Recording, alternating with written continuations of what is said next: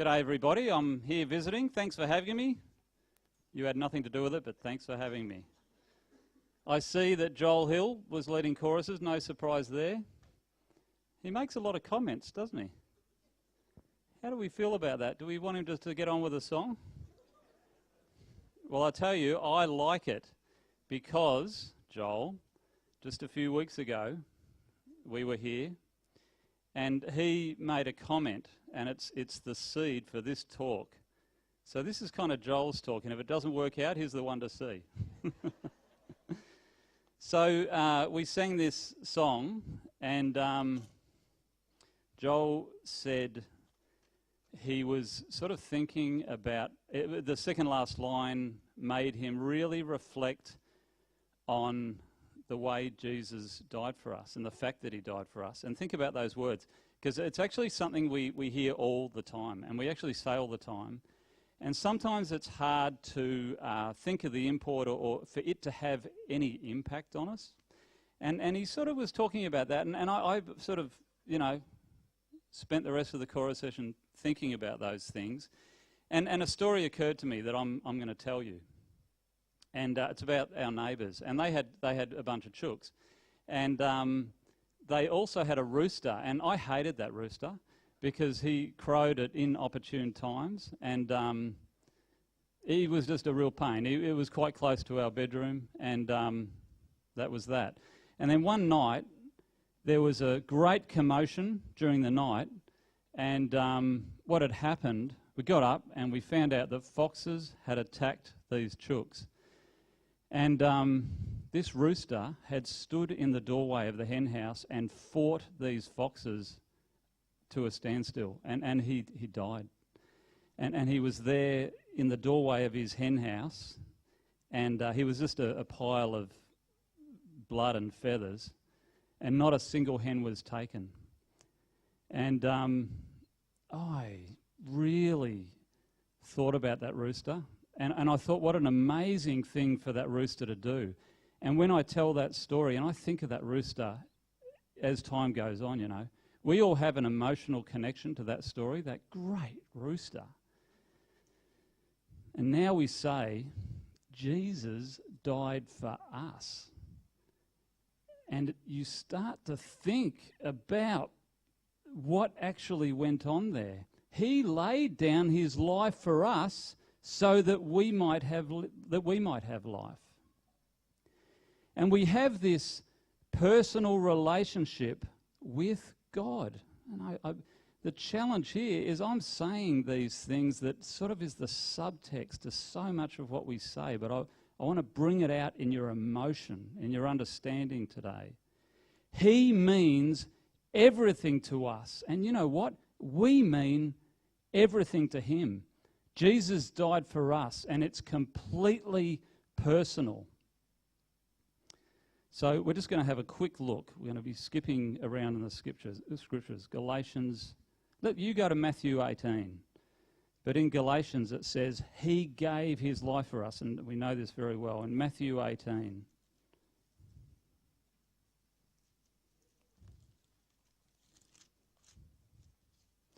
And we'll pick it up in verse 10.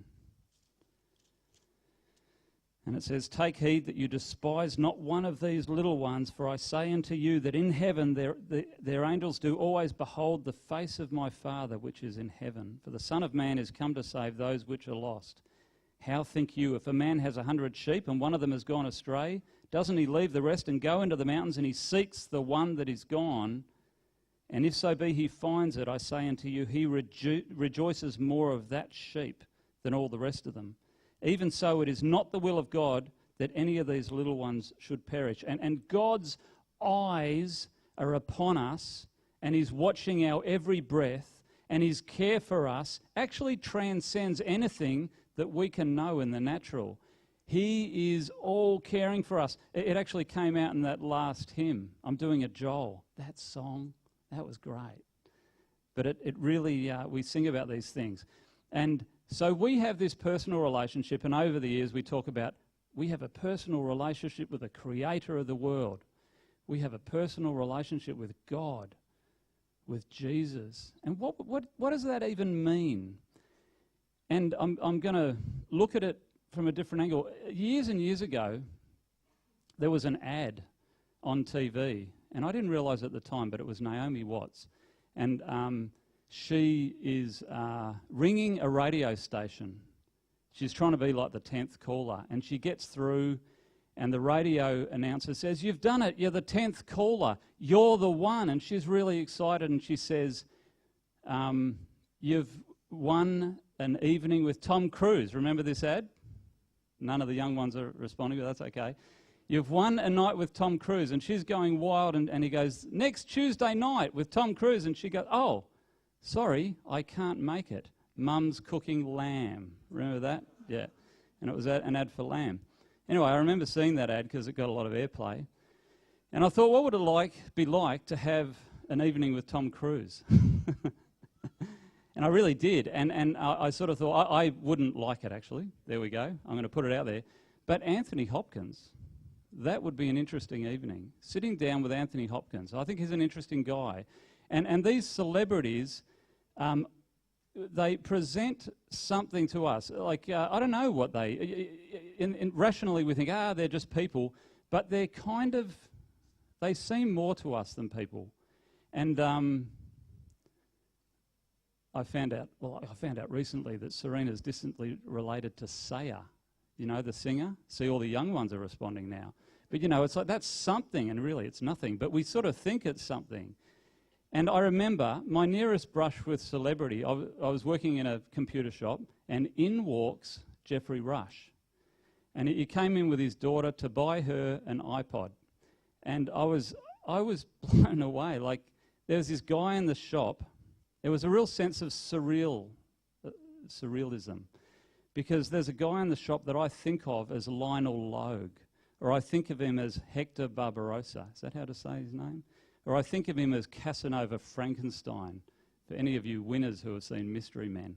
And yet it wasn't. It was Geoffrey Rush. And it was really, I was determined not to call him by his name or even to treat him differently at all. But it was weird to me. Geoffrey Rush is right there and he's buying an iPod off me. And I knew that if I'd said anything to him, I would have been just an annoyance to him. I would have been just that annoying public. I wouldn't have meant anything to him. I would have been someone who was to be endured. Let's go to Matthew 19, just over the page here, and verse 13. And it says, "Then were brought to Jesus little children, that he should put his hands on them and pray, and his disciples rebuked them. But Jesus said, Suffer little children, and forbid them not to come unto me, for of such is the kingdom of heaven." We're going to pick up a little thing here, a few things here. Chapter 20, next page over, verse 28. "Even so, the Son of Man came not to be ministered to, but to minister and to give his life a ransom for many." And we're going to go back to chapter 14. And here we see Jesus in verse 13. "When Jesus heard of it, he departed thence by ship to a desert place, and the people had heard thereof, and they followed him on foot out of the cities. And Jesus went forth, and he saw a great multitude, and he was moved with compassion." And in this period of time, the subtext, or the one prime characteristic of Jesus with his time of ministry was accessibility. He made himself available all the time. If we go to Mark 6, verse 33,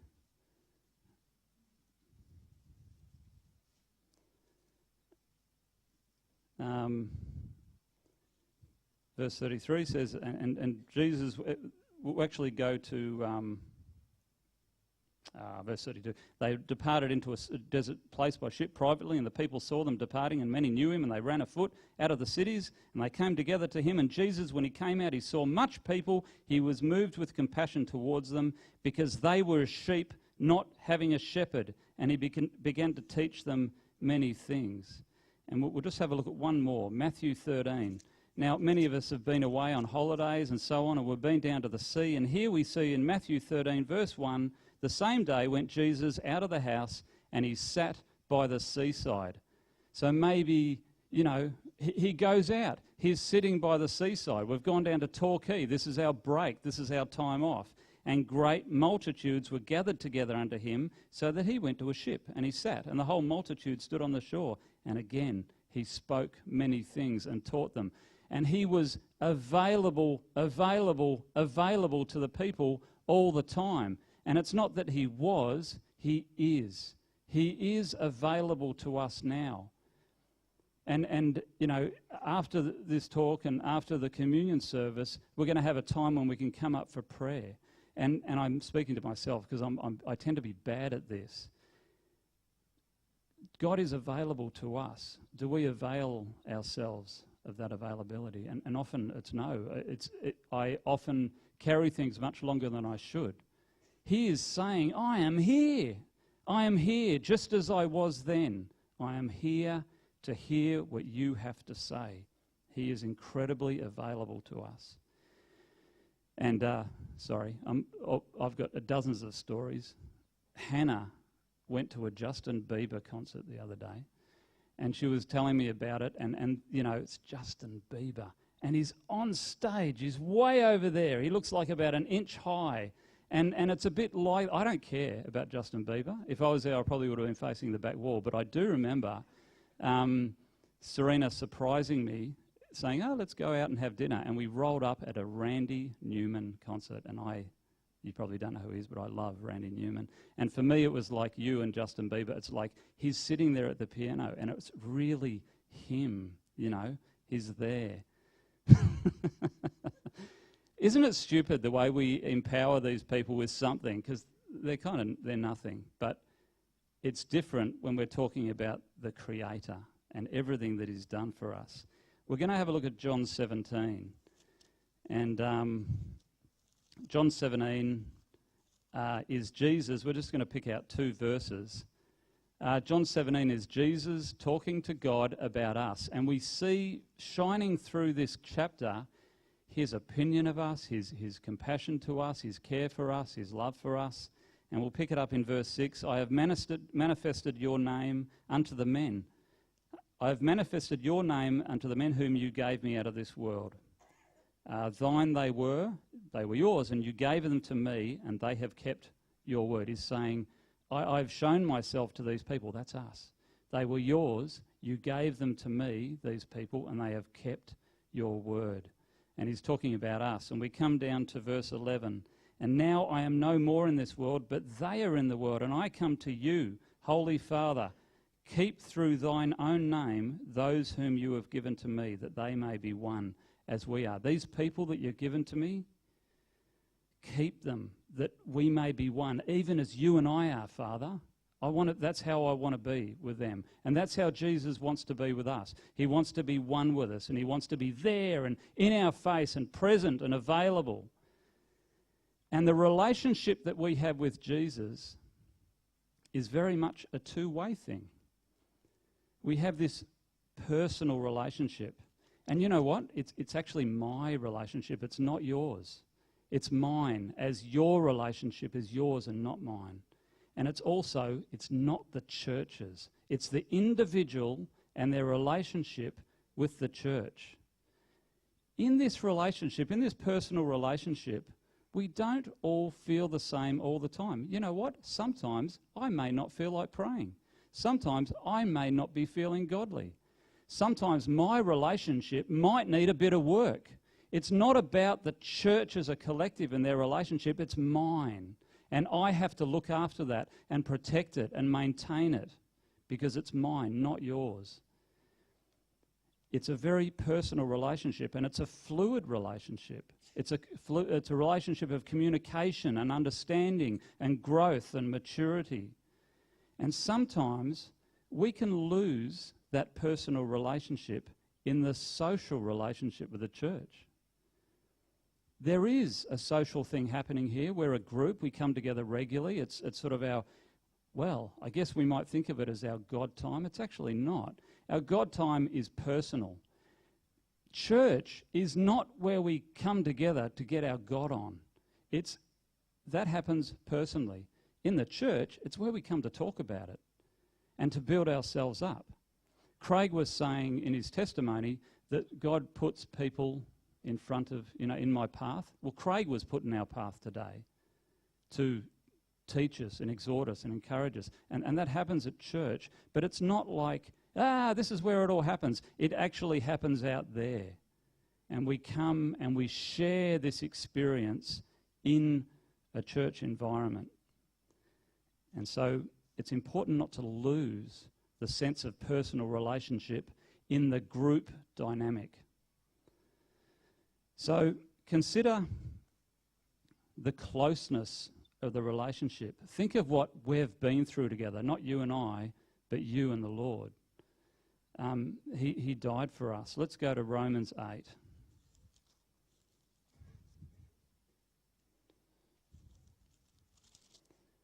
And we see in verse 36, he died for us, but you know what? We actually died for him. We did. We gave our life for him. There was a point when we were buried and we became his, but that was an act of ours where we chose to turn away and to die, as it were, and be his. He died for us, and in return, we died for him. As it is written, for your sake, we are killed all the day long. We are counted as sheep for the slaughter. And so it's not like take, or anything like that. It's a two-way relationship. And we chose to see the importance of that and step into this two-way relationship with the Lord. Our lives belong to him. And no, that's a stupid story. I'm not going to tell you. You're all wondering. That's all right. And in this,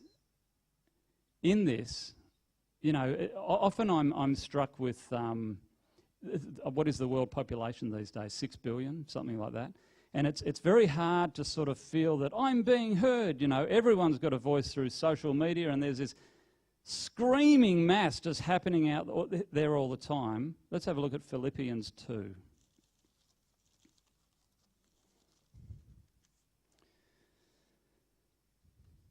In Philippians 2, verse 15, that you may be blameless and harmless, the sons of God, without rebuke, in the midst of a crooked and perverse nation, among whom you shine as lights in the world. And in this relationship and this dialogue that happens between us, he has made us shining as lights in this dark world. It's not just... You consider the majesty of the people that he has made us and the position and the blessing that he's given us. And in all this roar of humanity, these lights shine, and that's us. We shine as lights in a dark place because of our relationship with the Lord. So our love for Jesus extends to our love of the church. We'll have a look at 1 John chapter 4. Because there's a scripture, I'm not sure if I've got it down, it says, maybe it's here. Let's have a look. This is it. How timely. Herein is love. We'll go down to verse 11. Beloved, if God so loved us, we ought also to love one another. No man has seen God at any time. And here is the crux. The relationship we have with God is different. We have this relationship with our family and our friends that I'll talk about in a minute. And they're there. It's very, reach out and touch them. No man, no person has seen God at this time. But if we love one another, God dwells in us, and his love is perfected in us. So when we love each other, it's the same. It's part of that relationship that has been established between us and God, because we love God in each other. And the love that we have for each other is all those things we talk about, caring about. It can even be admonishing and all this sort of stuff. But we care and love for each other, and that is an extension of our love for God.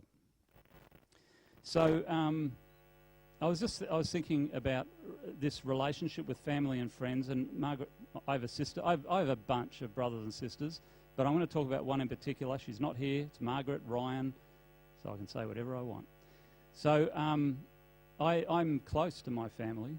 And when I speak with Margaret, it's like, and you'll have this with your family and friends, there's this whole decades of history that goes into it, you know.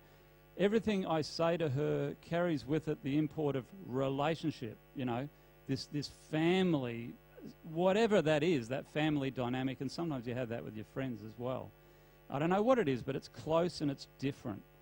I remember maybe I came to the Lord when I was 17, and 2 months into it, there was a young people's activity, and they had to build a human tower, and it was Margaret's turn to climb to the top, and I was sort of holding people up, and Margaret's climbing to the top, and I whacked her across the bottom. I don't know why, because anyway, Irfan was there, and he grabbed me and said, "What do you think you're doing? You don't treat..." Oh, it's your sister, go for it. And that sort of was, I don't know why he was okay with me doing that to Margaret and not anyone else, but there is a relationship. Does that make the point? Probably not. But there is a relationship with your family and friends that is different. It's important. E.M. Forster said, "If I'm given the choice between betraying my country and betraying my best friend, I hope I have the guts to betray my country." And what he was saying was the friendship is important and important to us as people. And I'm using this idea of friends in a very sort of strong relationship, because here Abraham was called the friend of God. Let's have a look at James 2. James 2, verse 23. It says, "And the scripture was fulfilled, which says, Abraham believed God, and it was imputed unto him for righteousness, and he was called the friend of God." And we can take these earthly relationships and recognize their strength and their importance, and we see them in our relationship with God. You know, we are family with God. We are friends of God. And the depth of relationship is actually beyond our human understanding. We'll go to John 15.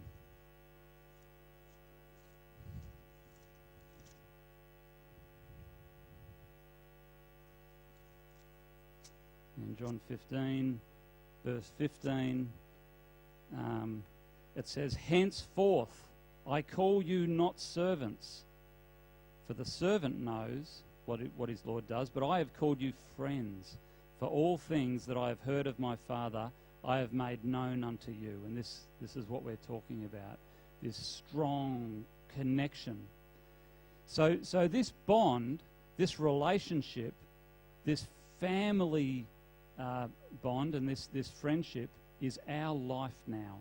This is the core of who we are and what we do, and it's the core of our relationship with God, but it's also so fundamental to how we behave as a church. The love we have for each other, the understanding that we have for each other, knowing that you're in exactly the same position as me. You have this relationship with God that must be maintained. Am I going in and out? Is it like I'm saying something controversial? What do I do? Just keep talking? Okay. Yeah. And it's not, you know, in this understanding and this depth of relationship, we can't just be overjoyed at what the Lord has done for us, both individually and as a church. We see the richness of our experience in all this. And we're going to finish up, and we're going to go to Job 11.